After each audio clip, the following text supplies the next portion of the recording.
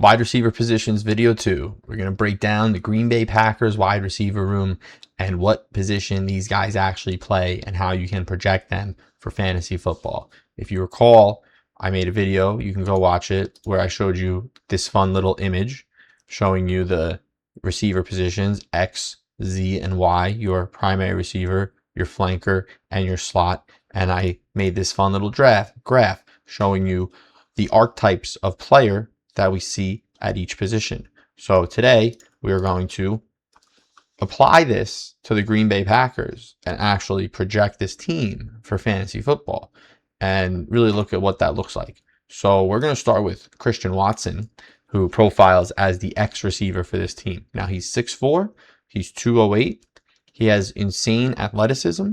His agility score is just okay, but you see here 4.36, 96 percentile 40-yard dash, really top percentile athleticism across the board. And if we remember our fun little graph, the height of 6'4" falls in the X and Z category. The weight is a little borderline for X. He really has more of a flanker weight, and he really has more of a flanker athleticism with that insane long speed. But remember, an X receiver can have any athleticism. It's not a bad thing for your X receiver to be athletic. It's just not necessary for them to be athletic for you to like them, right? So the thing about Christian Watson, he's a bit of an anomaly because even though he's built like a flanker, they do play him at X on Green Bay. You can go watch the film. You can go look at where he lines up. You just have to trust me on that. Now, he's had a very interesting career. A lot of injuries. He's going into his 5th season. He's never seen more than 65 targets in a season, but he's only played 2 semi-complete seasons. We don't look too into rookie years, but the sophomore year was cut short. 9 games, 53 targets, 400 yards. Kind of stepped back in the 3rd year. 15 games, still only 53 targets. But if we recall 2024, he had a lot of injuries. It was a weird year for the Packers. 2025 takes a huge step forward. Comes off an ACL tear with an insane recovery timeline. In 5 less games, puts up the same targets, the same yards, and 4 more touchdowns than he did in 2024. Yards per reception comes down to 17, which is a more normal number.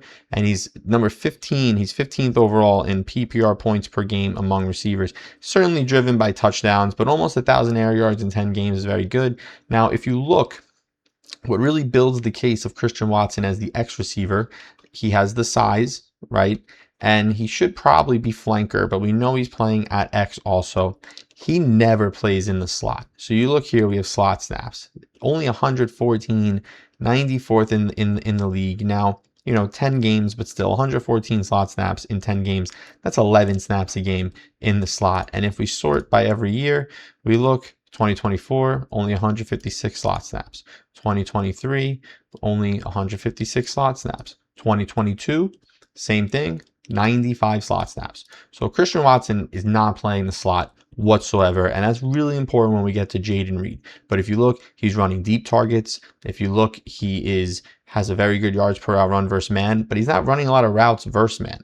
So that's interesting. He's much more of a zone beater, but he's a very good player. He offers a lot of explosive upside. They do line him up at X, and if you go watch his film from 2025, he's crushing it at X. He is more of a zone-beating X, more of a Michael Pittman. He's not your prototypical, big size, bully, contested catch X receiver because he's only 208 pounds. That's what happens. He can also play flanker. They have him at both positions. We've certainly seen him take a drag route from a flanker position and house it. But I think for this year, going in based on these 3 receivers, Watson, Reed, and Golden, it's not crazy to expect Watson to primarily play X, and that's very important because that means he's going to see a lot of usage in 12 personnel. He's going to see a lot of usage in personnel packages that utilize less receivers, and I think he certainly can continue to build on this number 15 wide receiver in PPR points per game, and we're going to keep making that case. So we're going to look at Jayden Reed next, right? Jayden Reed now, 5'11", 191 pounds. So we pull up our handy little graph, right? 5'11's on the shorter end. That's about as short as you can be to be an X receiver, but he's not the weight. He's 191 pounds. You need to be at least 200 pounds really to be an X receiver, and you really want to be closer to 220. He could be a flanker, but he doesn't necessarily have the long speed. 4.45 40-yard dash is very good. But you watch his tape, you watch him play. he's not necessarily doing it from the outside because he's not really tall enough to be a flanker. So he has the speed, but 5'11", it's just okay. And he doesn't necessarily have short area burst, which does hurt a slot receiver, but he plays a ton of slot. So he's more of what we call a big play slot, not a big slot. That's a guy who's big and plays slot. A big play slot is someone who runs deep intermediate crossing routes from the slot. Think Christian Kirk, Ricky Pearsall, Ladd McConkey. These are big play slot receivers. So we know that he's a slot receiver because they play him in the slot. Last year he was hurt, but you look at 2024 and he has 416 slot snaps. He's number 10 in the NFL in slot snaps in 2024, which is a full season and one of his better seasons. Now, his first and second season were similar. He kind of stepped back in the second year, but he had 2 less touchdowns. He had a lot less air yards, but he's playing a slot role. And again, 2024 was a bad year for the Packers receivers, but he did have 15 yards per reception. So it's kind of why he's not cracking 1,000 yards, kind of why he's just an okay player. He doesn't really have the burst to be a slot receiver, but he's also not necessarily getting that flanker role. He's not crushing at flanker. If we look at his rookie year, we're going to see more slot snaps, 386. We look at some of his metrics, yards per out run is pretty good, 2.06. First downs per out run is not necessarily good, 39th in the league. We want to look at his college production. He was a pretty good player coming out, but he's a 5-year player, right? 5th year kind of takes a step back. He's playing a ton of special teams, which shows versatility, but receiving yards kind of ebbs and flows, and he's just a limited guy. He's a good player. I like him. He's an okay pick. We see him in his first 2 seasons, 26 in PPR points per game, 38th in PPR points per game. He's in that 12 to 13 points per game range. He can probably do that again this year, but we're starting to paint the picture now. Jayden Reed plays a ton of slot. He's not necessarily, though, your prototypical slot receiver because he's not crushing short area burst, but he does have long speed. So he's running big plays from the slot, but he's not necessarily tall or physical or, talented enough to do it from the flanker role consistently. He's mostly doing it from the slot, which is kind of layup stuff. And that's what we're going to kind of see, especially because Christian Watson is taller and bigger and faster. So if I want to run a deep crosser from Z, I'm going to use Christian Watson. I'm not going to use Jayden Reed. Then we have Matthew Golden, right? He's kind of the third receiver here.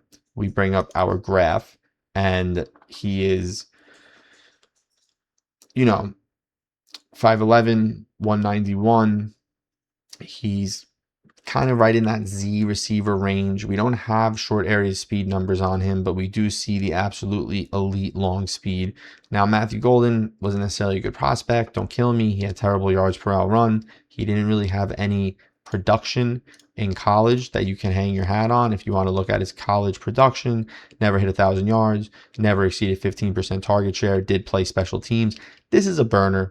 This is a deep route sprinter, right? Solid player, but mostly just running down the field. But because of the combination of players here, essentially you have 3 guys that all kind of profile in the flanker range, but this is a big 3. This is a Watson, Reed, and Golden. The rest don't matter. We can kind of paint a picture for Green Bay, right? If we look back at our fun little chart where Watson is primarily lining up at X, Golden is primarily lining up at flanker because of that long speed, and he's a little taller, and Jayden Reed lining up in the slot, which is what Matt LaFleur has done with Jayden Reed through 3 years in his career. So it's going to be Watson playing outside, getting those 2 receiver sets. It's going to be Reed in 11 personnel playing from the slot, and then Golden mostly running wind sprints from flanker. And then they may line him up at X to also run wind sprints for when they want Watson in flanker to actually catch the ball. So the key here is that this offense is going to have to run through Christian Watson because he's the only one that can play X to any regard, even though he's not a proper X. And he's the best flanker on the team.